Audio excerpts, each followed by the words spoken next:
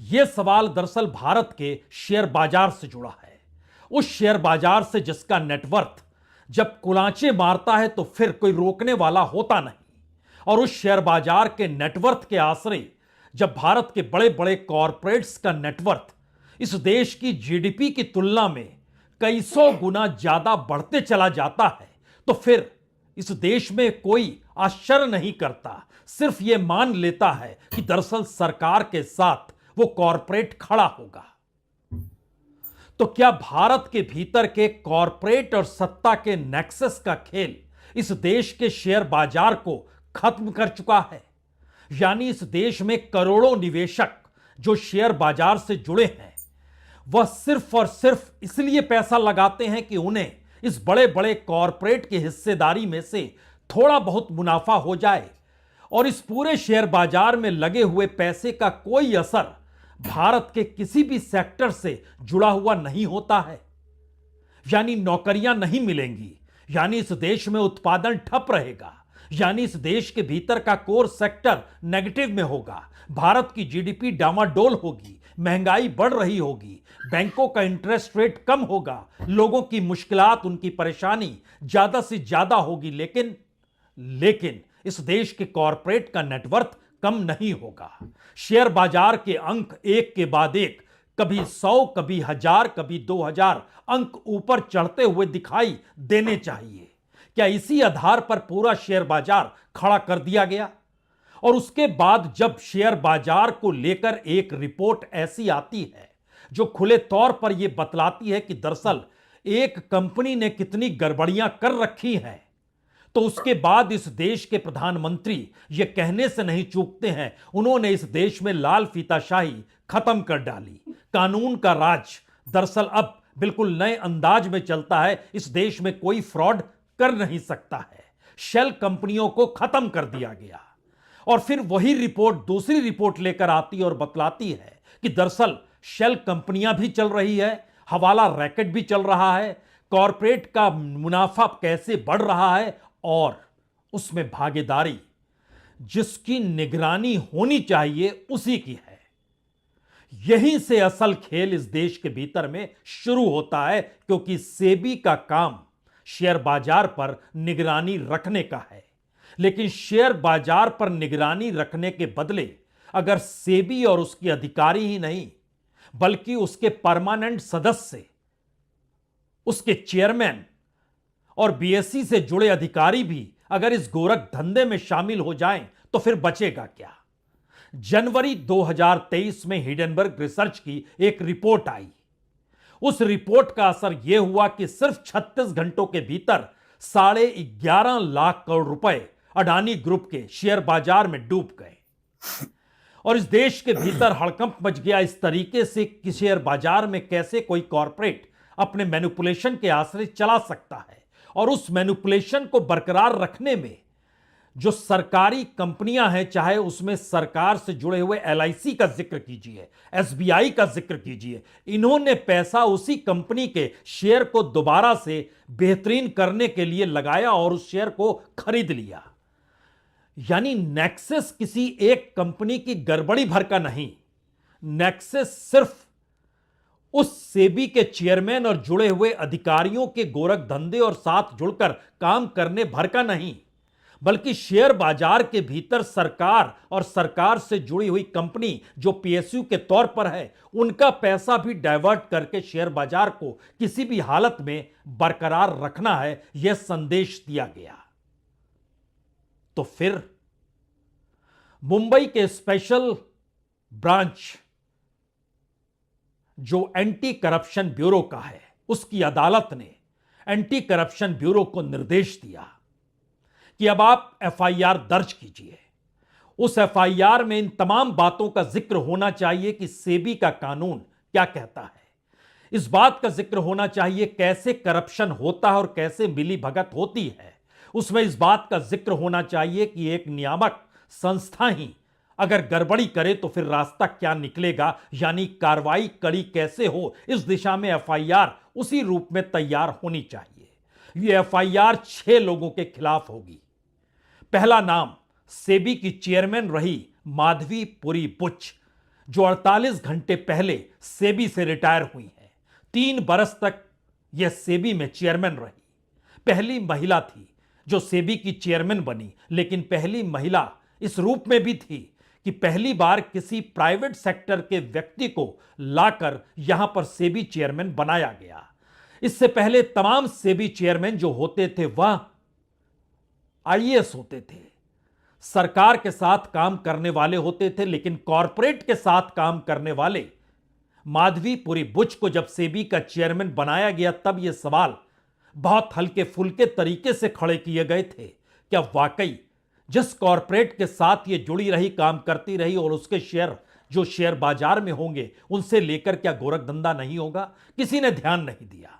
बात आई गई हो गई। लेकिन उसके बाद हिडेनबर्ग की रिपोर्ट के बाद अडानी कांड जो सामने आया और उसके बाद एक अगली रिपोर्ट ने बतला दिया कि दरअसल सेबी की चेयरमैन माधवीपुरी बुच सीधे तौर पर कैसे कंपनी के शेयरों के साथ और कंपनी से मुनाफा पाते हुए, यानी डबल तरीके से उन्हें मुनाफा कैसे मिल रहा है, इसका पूरा कच्चा चिट्ठा सामने रखा गया। उस दौर में यह पूरा मामला ना तो ईडी ने उस तरफ ध्यान देने की कोशिश की, और जब विपक्ष ने पूरा मामला उठाया और शेयर बाजार की गड़बड़ियों को लेकर सुप्रीम कोर्ट का दरवाजा तक खटखटाया, तो सुप्रीम कोर्ट ने भी कोई जांच नहीं बैठाई। जिस बात का जिक्र हो रहा था, कम से कम एक स्पेशल टीम तो बना देते, एक एसआईटी तो बना देते। नहीं, सुप्रीम कोर्ट ने सेबी से ही कहा, आप नियामक संस्था हैं, आप ही चीजों को देखिए और हमें बताइए कि गड़बड़ियों को ठीक कैसे किया जा सकता है। यानी जो गड़बड़ी कर रहा है उसे ही सुप्रीम कोर्ट कह रहा था, अब आप बताइए कैसे ठीक किया जा सकता है। कुछ एक्सपर्ट्स की राय लीजिए, कुछ हम एक्सपर्ट्स देते हैं और पूरी रिपोर्ट जो आई है उस रिपोर्ट पर आपकी क्या सोचना है ये बताइए हमें। कल्पना के परे की परिस्थिति है। इस देश के भीतर 1 दर्जन सरकार के अपने इंस्टीट्यूशन हैं जो इस देश में आर्थिक अपराध को पकड़ने और रोकने का काम करते हैं। इस दौर में हर किसी की जुबान पर इन्फोर्समेंट डायरेक्टरेट का नाम हो सकता है।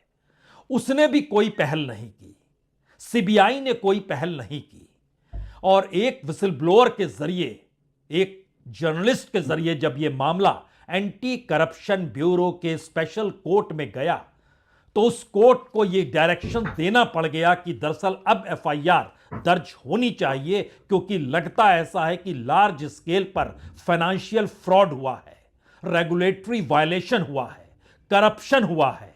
और स्पेशल जज शशिकांत एकनाथ राव बंगर ने शुरुआत में ही इस बात का जिक्र कर दिया कि दरअसल यह नियामक चूक एक मिली भगत का सबूत है, जिसके लिए निष्पक्ष जांच की आवश्यकता है, और अदालत ने जांच की निगरानी करने का फैसला किया और 30 दिनों के भीतर यह रिपोर्ट आ जानी चाहिए। और इसको लेकर जिन 6 लोगों के खिलाफ एफआईआर दर्ज में नाम लिखे गए उसमें एक माधवीपुरी बुच है। इसके अलावे 3 परमानेंट मेंबरान हैं जो सेबी के साथ जुड़े रहकर काम करते हैं, 2 बीएसई से जुड़े ऑफिशियल हैं जिनको ऊपर करप्शन का पूरा चार्ज है। किस तरीके से यह पूरी मिलीभगत कर रहे थे देख लीजिए, जो लिख कर आया है, बकायदा सेबी की तरफ से इसे जारी किया गया।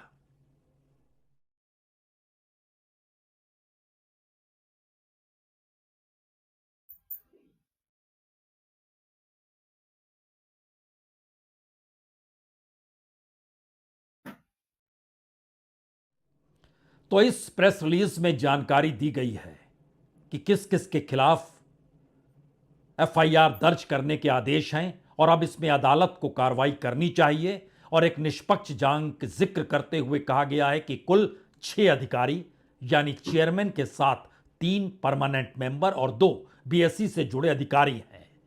लेकिन इसके बाद जिन बातों का जिक्र एफआईआर की कॉपी में है उसमें बहुत साफ तौर पर यह लिखा गया है कि स्टॉक एक्सचेंज पर एक कंपनी के फर्जी लिस्टिंग के संबंध में बड़े पैमाने पर वित्तीय धोखाधड़ी, नियामक उल्लंघन और भ्रष्टाचार का आरोप लगाया गया है।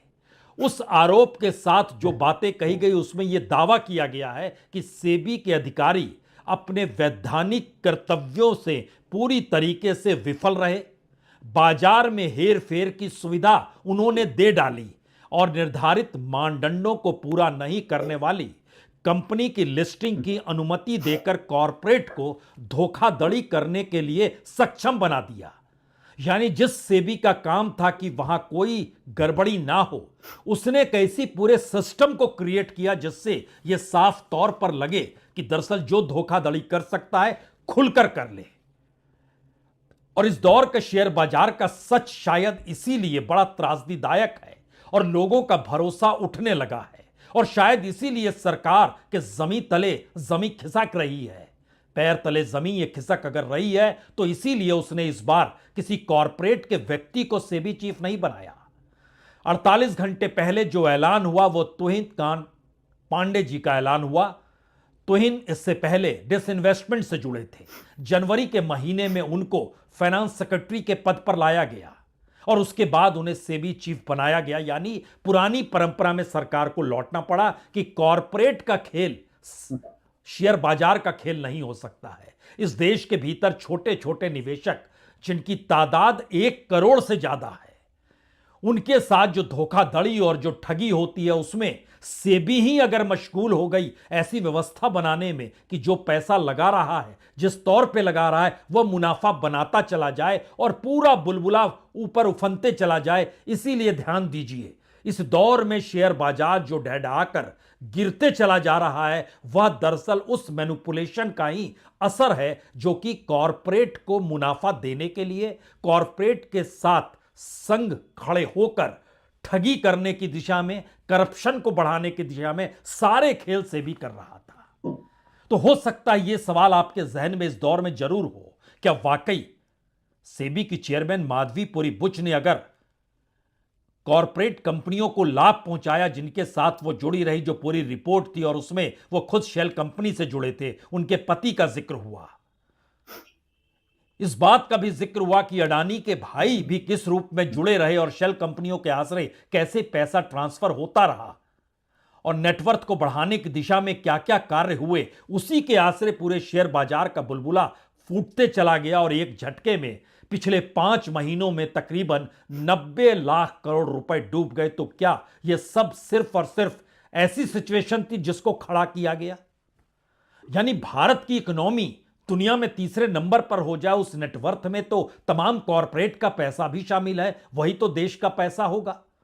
और इस देश के भीतर में असमानता भी सबसे ज्यादा है। तो एक तरफ कॉरपोरेट की पूंजी, दूसरे तरफ इस देश में 80 करोड़ लोग 5 किलो अनाज पर खड़े। इस असमानता के बीच में इस देश के भीतर वित्तीय घोटाले घपले खुलकर अगर हो रहे हैं और उसका बड़ा केंद्र अगर शेयर बाजार है, तो क्या इस एसीबी की एफआईआर के बाद अब कानूनी प्रक्रिया के साथ वो सारी चीजें खुल सकती हैं? जिसमें पहला सवाल यह भी होगा कि ईडी ने क्यों कार्रवाई नहीं की, सीबीआई ने कोई केस क्यों नहीं किया, और बात तो सुप्रीम कोर्ट तक भी जाएगी कि उन्हीं सवालों को लेकर तो सुप्रीम कोर्ट का दरवाजा खटखटाया गया था। और जानकर हैरत मत होइए, शिकायतकर्ता ने जिसके आधार पर जो स्पेशल कोर्ट के जज हैं उन्होंने जब बात की जानकारी दी कि शशिकांत एकनाथ राव बांकर स्पेशल जज, उन्होंने जो एंटी करप्शन ब्यूरो से कहा एफआईआर दर्ज करने के लिए, उसमें उन्होंने कहा है कि दरअसल शिकायतकर्ता ने यह भी कहा कि इस देश के भीतर पुलिस का दरवाजा भी उन्होंने खटखटाया, कोई कार्रवाई नहीं हुई।